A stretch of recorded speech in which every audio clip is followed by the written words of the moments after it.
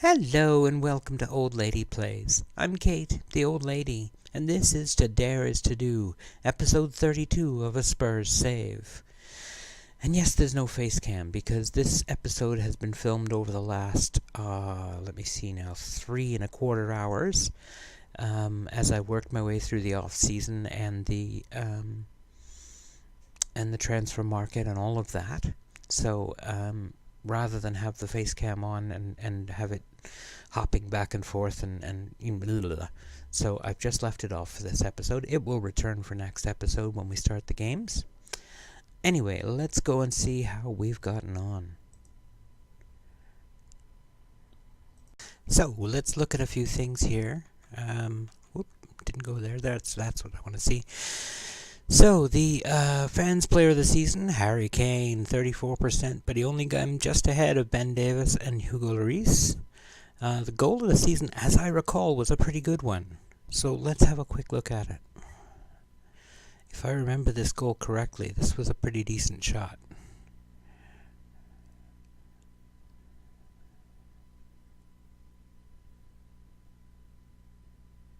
Oh, sweet. Lovely curl, well outside the box. Definitely worth picking as a goal of the season. Signing of the season, no big surprise, Gedson Fernandes. Also the young player of the season, 21 years old.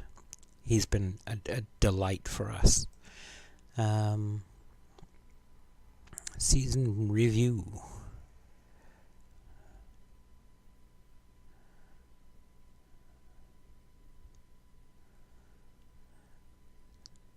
So, yeah, I think we overall did pretty well.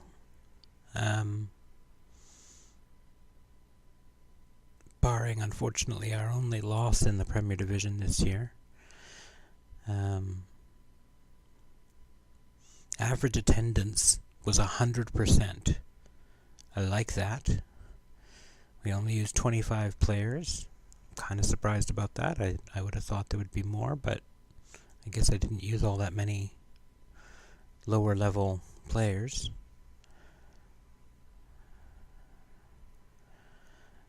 Anything else here that I need to look at with you? End of season confidence review. 46%. I just won the freaking Champions League. And it's 46%. This bothers me. This really bothers me. The biggest disappointment is the team's terrible performance in the Premier Division. We were 4 points out of first place. So, I don't know. I don't understand it. But that's okay. Season injury report. Yeah, there were a bunch of them. However, let's see. Preseason start date, the 29th of June. Now, I'm going to give them back a little bit more time because we've got the European Championship this summer and there are 13 of my players who are in it. So, post-match analysis, Inter, Toby Alderweireld and Gedson Fernandes were in the European Champions League Dream Team. Gedson Fernandes, what a buy he has been. Oh, he came second in midfielder of the season behind Neymar. Wow. And Alderweireld came second in defender of the season. Lloris came second in goalkeeper of the season. I call that pretty good.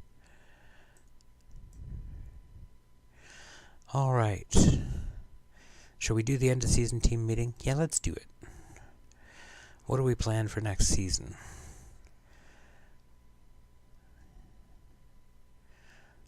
I'm aiming to win the title next term round. Yes. Everybody's happy.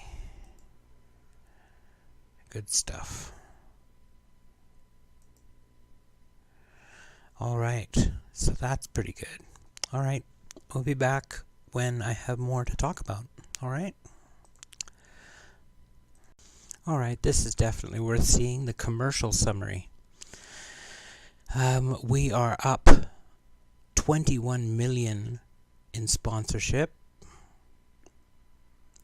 We lost a little bit in corporate hospitality, lost a little bit in matchday commercial.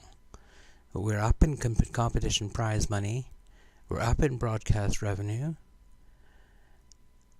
Merch sales. Wow. Almost 8 million of it was non-domestic. Club sold a total of 515,000 shirts, with the following names selling particularly well, and Gedson made the list. Look at that. But some solid players there: Son, Kane, Deli, Eriksson, and Gedson. The new scouting budget will be 720k. Facilities downgraded. The youth facilities. Well, we're definitely going to improve.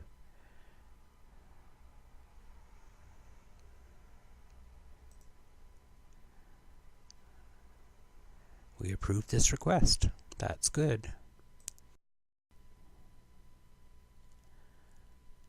Start on July 31st, be completed by mid-December. Club facilities are only superb, so we'll get them back up to state of the art. That'll be good. So, yeah, that's excellent.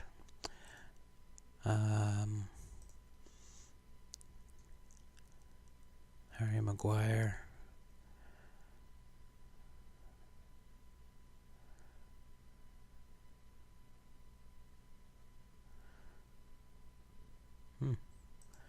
Annual youth setup audit.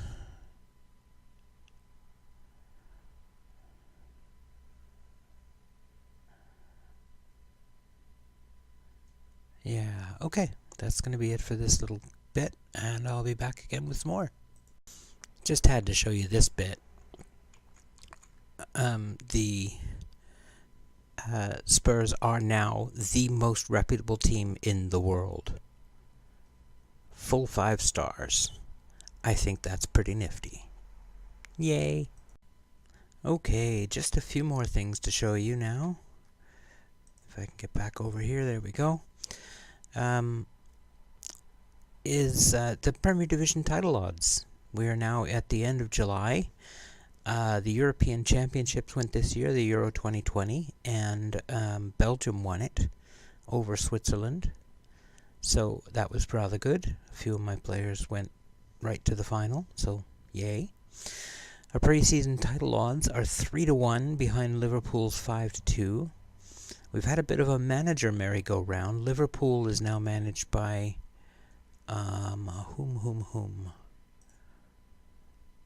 Allegri, that they just got from Juventus, and Man City is now managed by Jurgen Klopp. Ancelotti has gone to Real Madrid, and I believe Zidane is at Man United now. That's what I think anyway. Let's just see if we can quickly find them.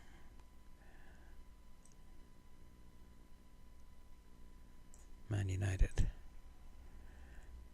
Overview.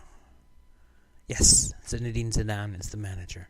So you're thinking, well, this is kind of a transfer episode. What are we, how have we done in the transfer market? Well, I'd say we did really well. I know I don't have face cam for this one, but I've been doing this on and off, and I didn't want to have the face cam up every time and make sure that I'm sitting up and all the other things. So forgive me for not having face cam on today, but there it is. So, what transfers have we made? Well, let's have a look. As you can see, we've had... Oh, what's this? Alright, we've had offers from Juventus for Christian Eriksson. They offered us 86 million. We turned it down because he's not really interested.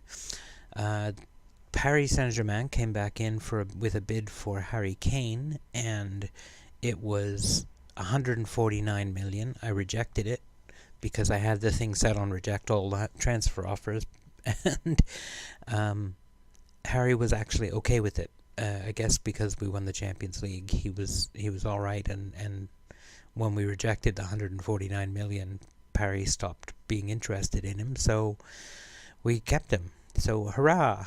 That's excellent. But what have we done in terms of bringing people in? Well, here they are. Filip Benkovic came in from Leicester City. He's a monster, 194 centimeters tall with 19 jumping reach and 19 heading. Anyway, he's just a solid center back. 23 years old, Croatian national. Or I should say international. And I brought him in because, well, let's look at the other player first, and then we'll talk about how we got them here. Bernardo Silva is the other player we've signed from Man City. 63 million. He was transfer listed. I don't know why, but he was. So if they're going to be that silly, I'm going to be smart enough to grab him. He's only a wee fella, right? Not much in the way of jumping reach or heading or strength. He's not going to be that kind of player. But he is an amazingly good little winger. So I think that he's a step up from Mora and Lamela. Both of them quite decent. Lamela is out for a couple of months with a recurrence of his hip injury. He's off to see a specialist.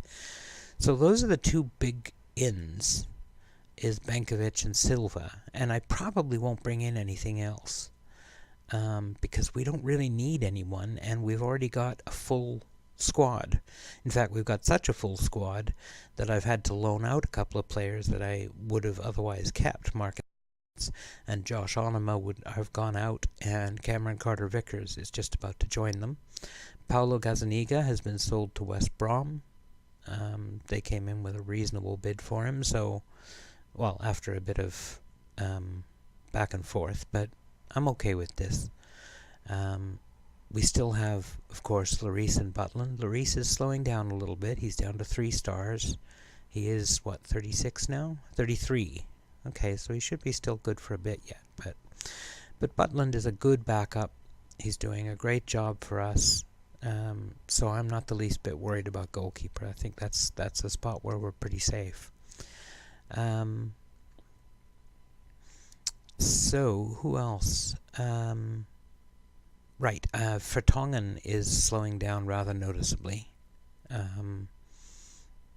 And because of that, that's why I brought in Benkovic, because Vertonghen is clearly collapsing at this point. So that's why we brought in Benkovic from relegated Leicester. So he was not that expensive as well.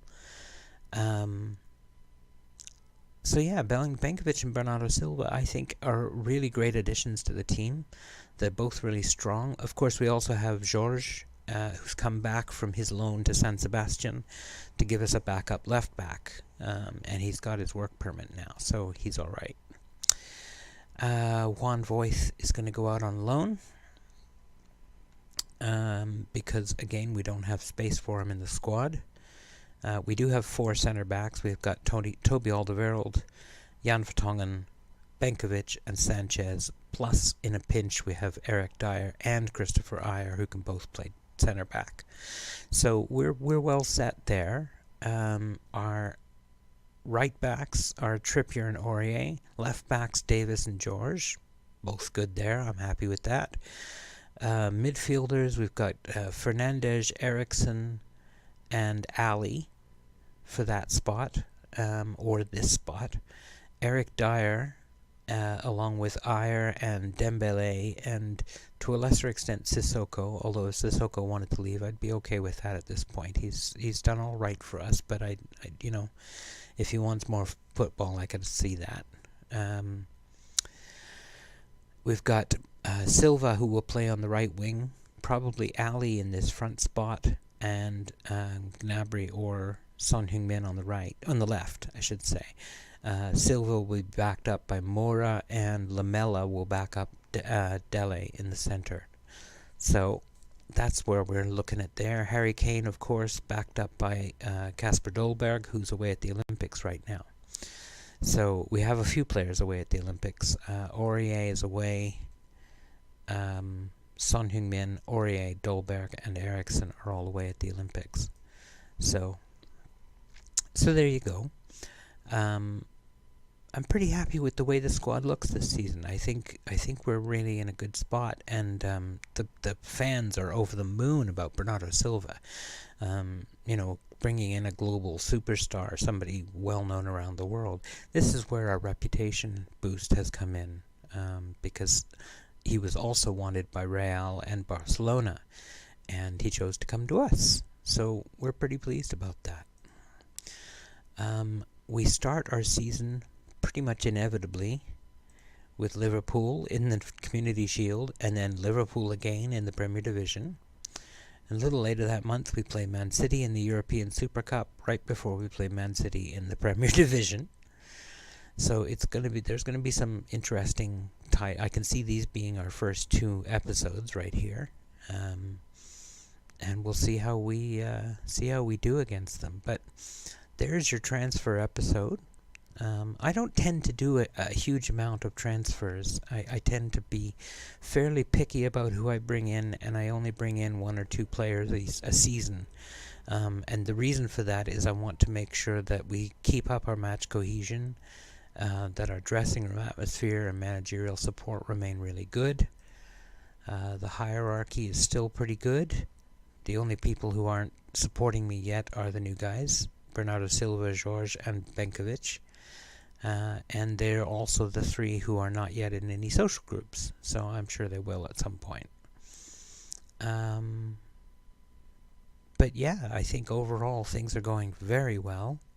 I like the players we've brought in. We still have 30 million in the bank, although I'm going to make a budget adjustment to cover the wages that we've put out.